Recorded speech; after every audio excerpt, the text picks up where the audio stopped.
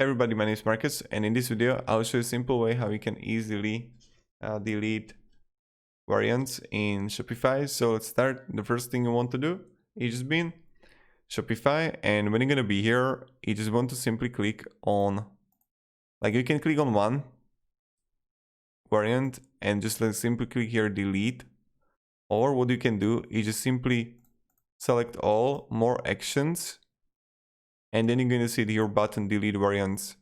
And this is pretty much it how we do it. So thank you very much everybody for watching. If you have any questions, guys, ask me down in the comments. I'll be really happy to help you and provide some guidance and stuff like that. And yeah,